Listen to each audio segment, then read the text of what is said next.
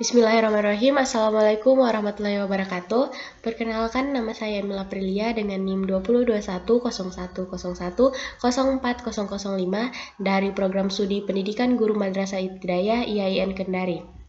Nah, hari ini kita akan membahas tentang perkembangan kurikulum di Indonesia.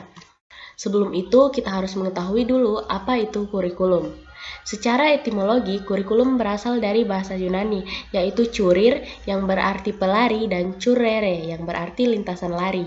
Sedangkan secara istilah, kurikulum berarti sejumlah mata pelajaran yang harus diselesaikan oleh siswa dari awal hingga akhir program demi memperoleh kelulusan atau ijazah. Menurut Undang-Undang Nomor 20 Tahun 2003, kurikulum adalah seperangkat rencana dan pengaturan mengenai tujuan, isi, bahan pelajaran, serta cara yang digunakan sebagai pedoman penyelenggaraan kegiatan pembelajaran guna mencapai tujuan pembelajaran yang telah ditetapkan. Adapun faktor-faktor yang mempengaruhi perubahan kurikulum itu yang pertama, bebasnya sejumlah wilayah tertentu di dunia dari kekuasaan kolonialis. Yang kedua, perkembangan iptek yang sangat pesat. Dan yang ketiga, pertumbuhan penduduk. Timeline perkembangan kurikulum Indonesia itu dimulai sejak tahun 1945 sampai tahun 2015.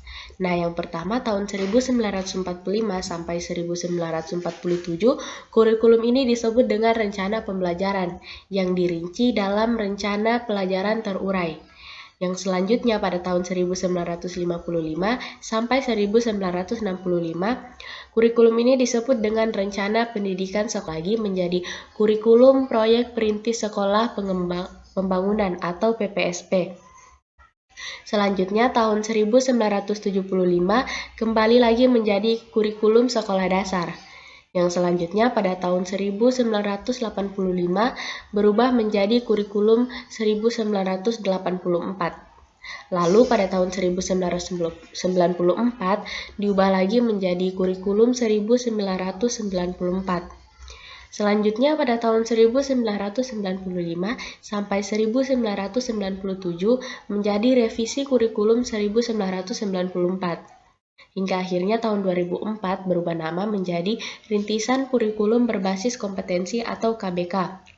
Lalu pada tahun 2006 muncullah yang disebut dengan Kurikulum Tingkat Satuan Pendidikan atau yang kita kenal dengan KTSP. Hingga akhirnya pada tahun 2013 diubah lagi menjadi Kurikulum 2013 atau yang disebut dengan K13. Nah, mengapa kurikulum ini kerap kali berubah? Jadi, kurikulum sebagai perangkat rencana pendidikan perlu dikembangkan secara dinamis sesuai dengan tuntutan dan perubahan yang terjadi di masyarakat. Semua kurikulum nasional dirancang berdasarkan landasan yang sama, yaitu Pancasila dan Undang-Undang Dasar tahun 1945. Perbedaannya hanya pada penekanan pokok dan tujuan pendidikan, serta pendekatan dalam merealisasikannya. Mari kita uraikan timeline perkembangan pendidikan Indonesia dari tahun 1945 hingga 2015. Nah, yang pertama itu Rencana Pelajaran 1947. Perubahan orientasi pendidikan yang awalnya pendidikan Belanda berubah menjadi kepentingan nasional. Ini mulai diterapkan sejak tahun 1950. Adapun isi kurikulum Rencana Pelajaran 1947 ini meliputi daftar mata pelajaran, jam pelajaran, serta garis-garis besar pengajaran yang tujuannya untuk mengurangi pendidikan pikiran dan mengutamakan pendidikan watak. Yang kedua yaitu Rencana Pelajaran Terurai tahun 1952 yang meliputi silabus mata pelajaran yang sudah jelas, jadi seorang guru itu hanya mengajarkan satu mata pelajaran. Nah, dalam rencana pelajaran ini harus memperhatikan isi pelajaran yang dihubungkan dengan kehidupan sehari-hari. Yang ketiga yaitu Kurikulum 1964 yaitu Rencana Pendidikan Sekolah Dasar. Nah, pada kurikulum ini pembelajaran dipusatkan pada program Pancawardhana yang meliputi pengembangan daya cipta, rasa, karsa, karya, serta moral. Nah, pendidikan dasar ini lebih menekankan pada pengetahuan dan kegiatan fungsional dan juga praktis. Jadi, setiap pelajaran yang diajarkan di sekolah itu dapat berkorelasi positif dengan fungsional praktis siswa dalam masyarakat. Adapun 5 kelompok bidang studi dalam kurikulum ini meliputi moral, kecerdasan, emosional atau artistik, keprigelan atau keterampilan, dan juga jasmani. Yang keempat, ada kurikulum 1968 atau kurikulum 1964 yang dikenal dengan Pancawardhana itu dikembangkan menjadi kurikulum 1968 yang berupa pembinaan jiwa Pancasila, pengetahuan dasar, serta kecakapan khusus. Nah, perwujudan dari perubahan orientasi ini itu pada pelaksanaan Undang-Undang Dasar 1945 secara murni dan konsekuen. Adapun tujuannya yaitu Pancasila sejati, kuat dan sehat jasmani, mempertinggi kecerdasan dan keterampilan jasmani, moral, budi pekerti, dan keyakinan agama.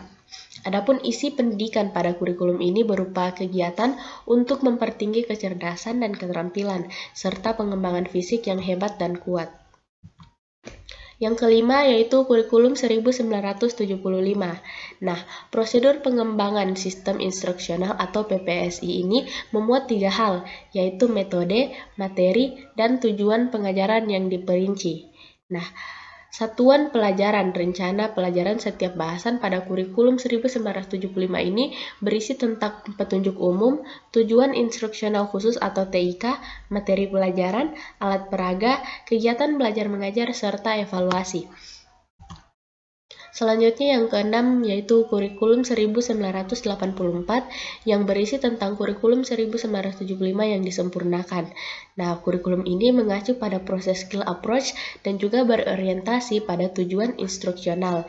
Jadi, siswa ditempatkan sebagai subjek belajar, di mana siswa ini menerapkan cara belajar siswa aktif atau CBSA.